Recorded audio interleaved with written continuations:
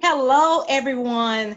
This is Victory Chat with Jackie. My name is Jackie McKeever. I am a life and business coach. What I do is I help new and future entrepreneurs build their life, their finances, and their business. Well, y'all know those who have followed me, y'all know how we do it.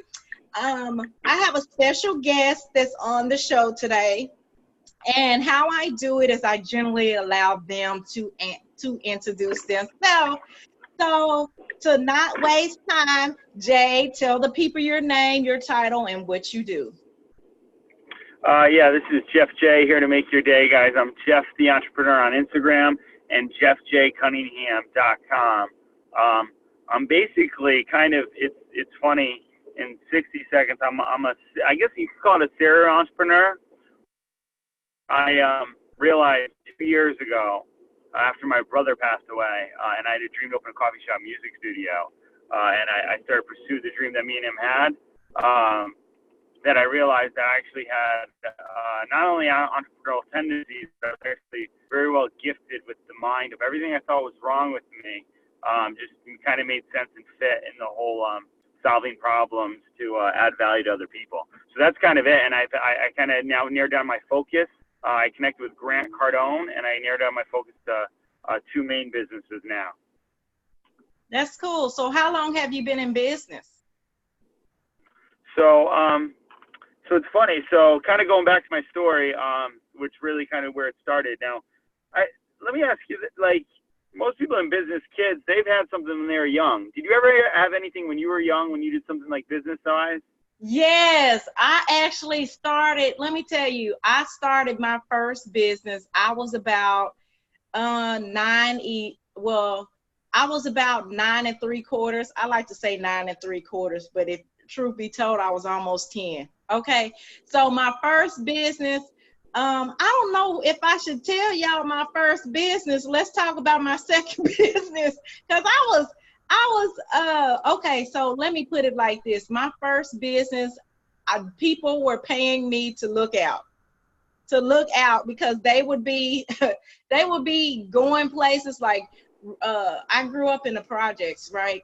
So the kids Right. would be like climbing trees and running around in the woods and going down the street, and they were not supposed to be going down. And my job was to look out for their parents.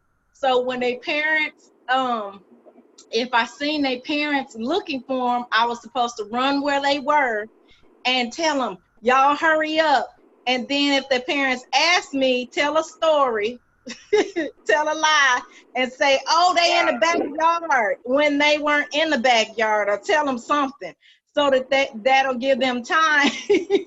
And that business was not making me enough money because I was only charging people. I was charging them it depends on the offense.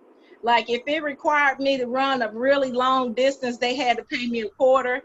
But if it was something like simple, it went from a nickel to a dime, and I would give people credit till the first of the month because that's when their parents used to get the check. And I would keep a tally. And y'all, my memory was real good then. Like I could read something then, and I wouldn't have to study things. I would just read it and remember it. Now I got to read it, write it down, revisit it, but as a kid, you don't have much on your mind. But anyway, and my second business, the reason why I got into my second business as a kid is because my first business was not making me enough money. So, and I didn't have any examples of this. I don't know why I thought like this, because I would budget. Yeah. I was budgeting. Didn't even know the word budget, but I was budgeting. It was like I call it my superpower. But my second business, I started selling candy at school, and what I did is I created I created customers. So I started coming to school with different types of candy, and I would eat the candy in front of kids and wouldn't offer them any. So if they wanted a one, they have to ask me for some, and then I give them like one piece. Like if you remember, well, now laters used to come in a really long pack, and then it used to be this smaller pack called jingles, which were like now laters, but they tasted a little bit different. So if they ask me for some candy, I give them just one piece. Right. I wouldn't give them like 3 or 4 pieces. I give them one piece. And then they'd ask me for some, and then I'd tell them, because I always kept my candy in the bag, so they never knew how much I actually had. And I would say, well, I could get you your own candy. And I was getting a big profit. Like, for example, the jingles used to cost 5 cents for me to purchase them. I would charge them a quarter for me to go pick it up. And then the downlaters cost a quarter. I would charge them 50 to 75 cents depending on the flavor, because my popular flavor, which was apple, would cost them more money because it's in high demand. High demand. It was really crazy. So with my second business, it was funny because some competitors, this is what I'm calling them now, they didn't want to pay my prices. And so I would say, okay, you're not my customer. I don't care if you don't pay my prices, because I'm not selling this to you. So what they would do is, they knew the store that I was getting the candy from, and they would go to the store to buy candy before school. Well, they ended up late for school.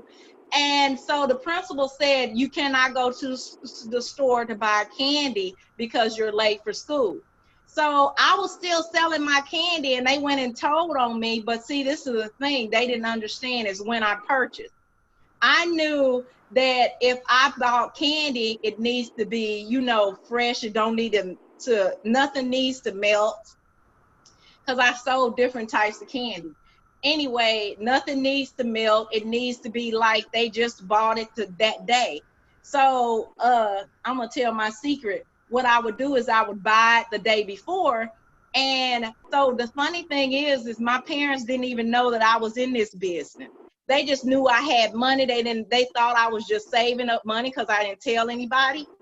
And my sister would be at the store with me, and the only thing I had to do is give her candy, and she never knew how much I actually bought, because I would tell her that I ran out, even though I actually still had candy.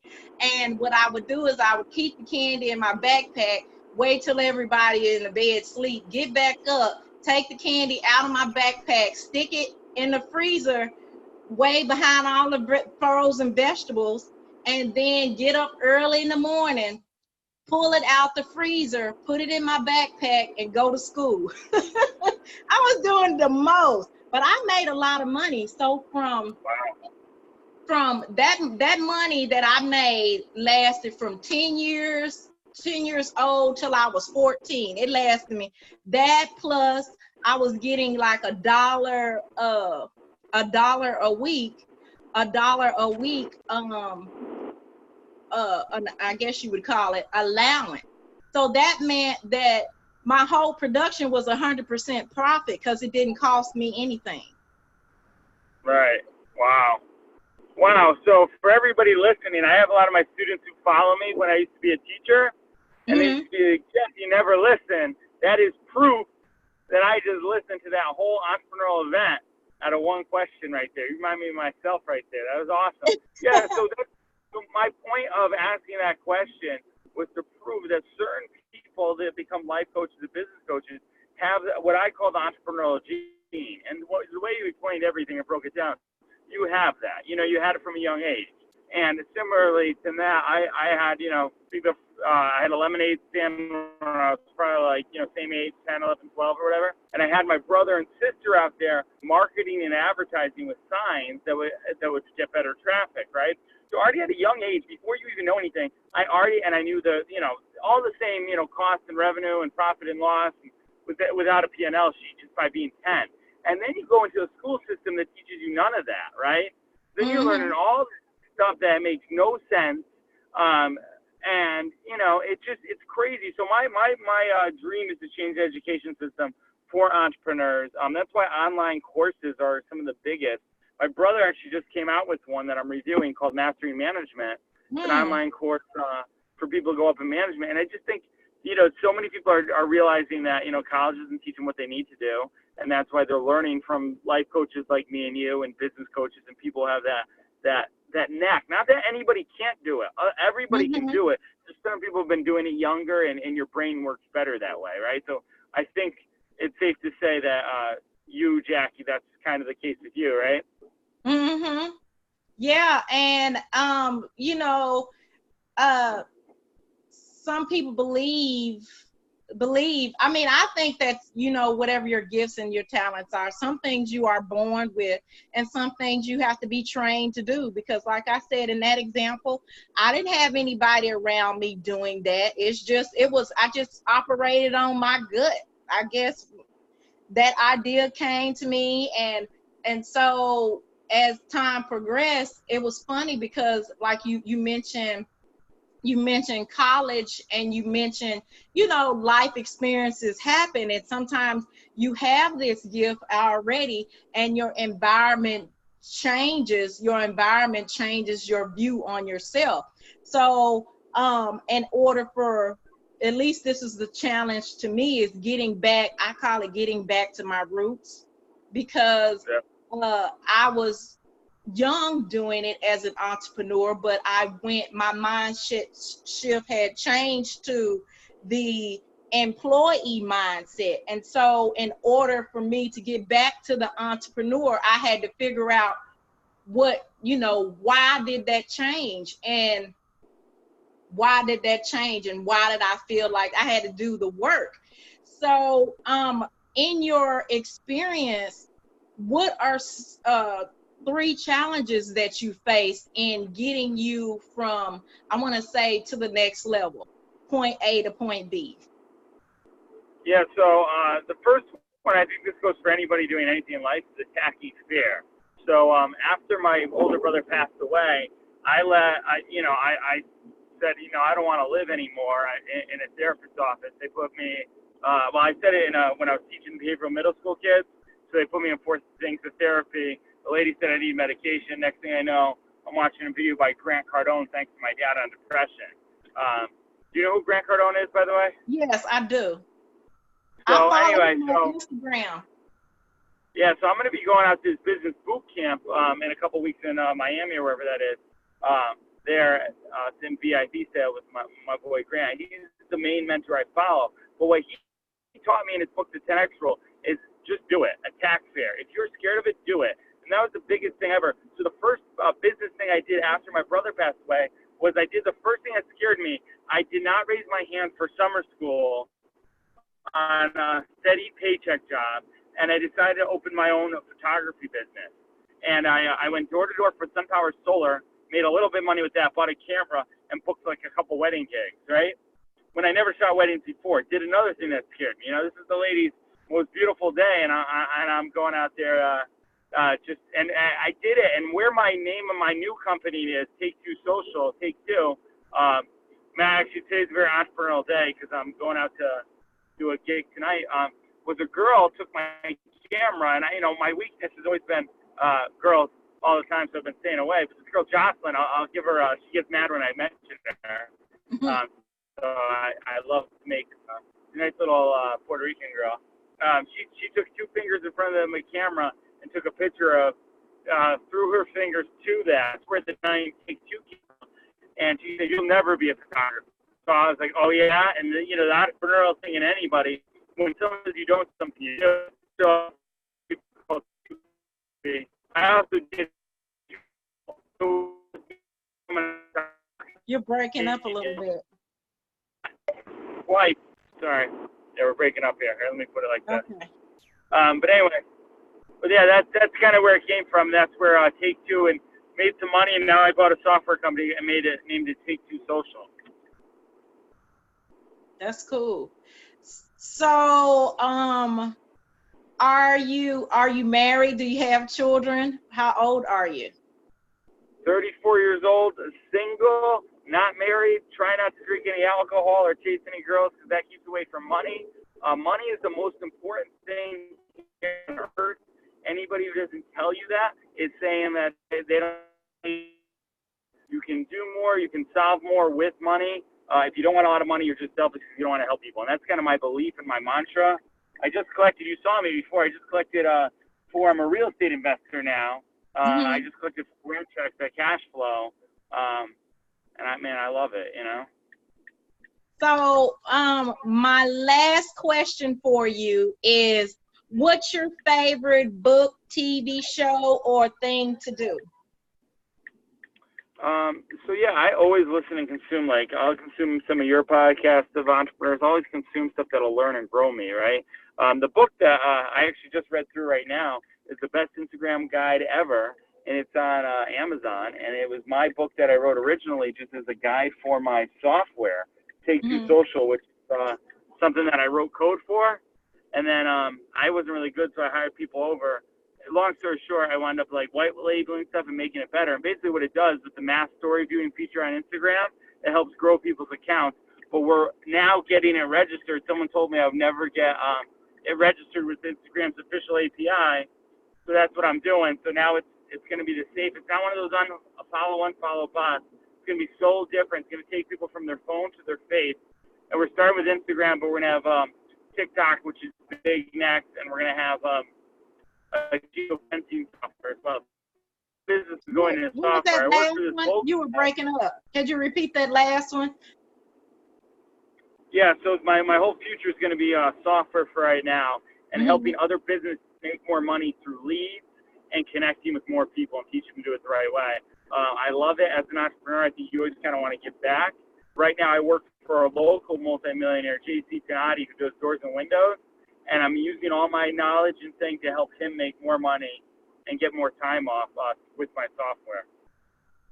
Okay, that's cool. So I want to thank you for volunteering to do this interview with me. Before I let you go, tell the people what you have available for them right now and how they can get in contact with you. Yeah, so right now, I don't do too much coaching. I have one guy that I'm coaching right now for business, just like yourself, just for time to get him success. But I have done real estate investing coaching and entrepreneurial coaching, get people take their skills and do that. But more what I do is it's $25 a month to sign up. It's really cheap to sign up for Take Two Social, be part of something big. That's a startup. It's going to go up from that. But what that'll do is it'll teach you how to make connections with people in your niche, bring eyes to your profile, and then you can connect and reach out to people. It's a really great service. Go to take2social.com and check it out. That's the landing page that's going to be changing. Or you can DM me at Jeff the Entrepreneur, and I will get back to you. That's probably the best way. And then, yeah, we put weekly YouTube videos up on Jeff J Cunningham on YouTube. My older brother's name was Jay. He's the one that passed away. And it's just tracking how to make more money, how to save to invest between sales and real estate, and as I track my journey to build this coffee shop music studio. I'm actually going to see the Jocelyn girl right now, who hates me. So still keep trouble close to me, you know. Okay, well, thank you so much. All right, yeah, thank you. So, it was great hearing your story and everything. I look in, saying you have an Instagram. Yes, it is Route 2 Victory. I will. I know you. Hold on just a second.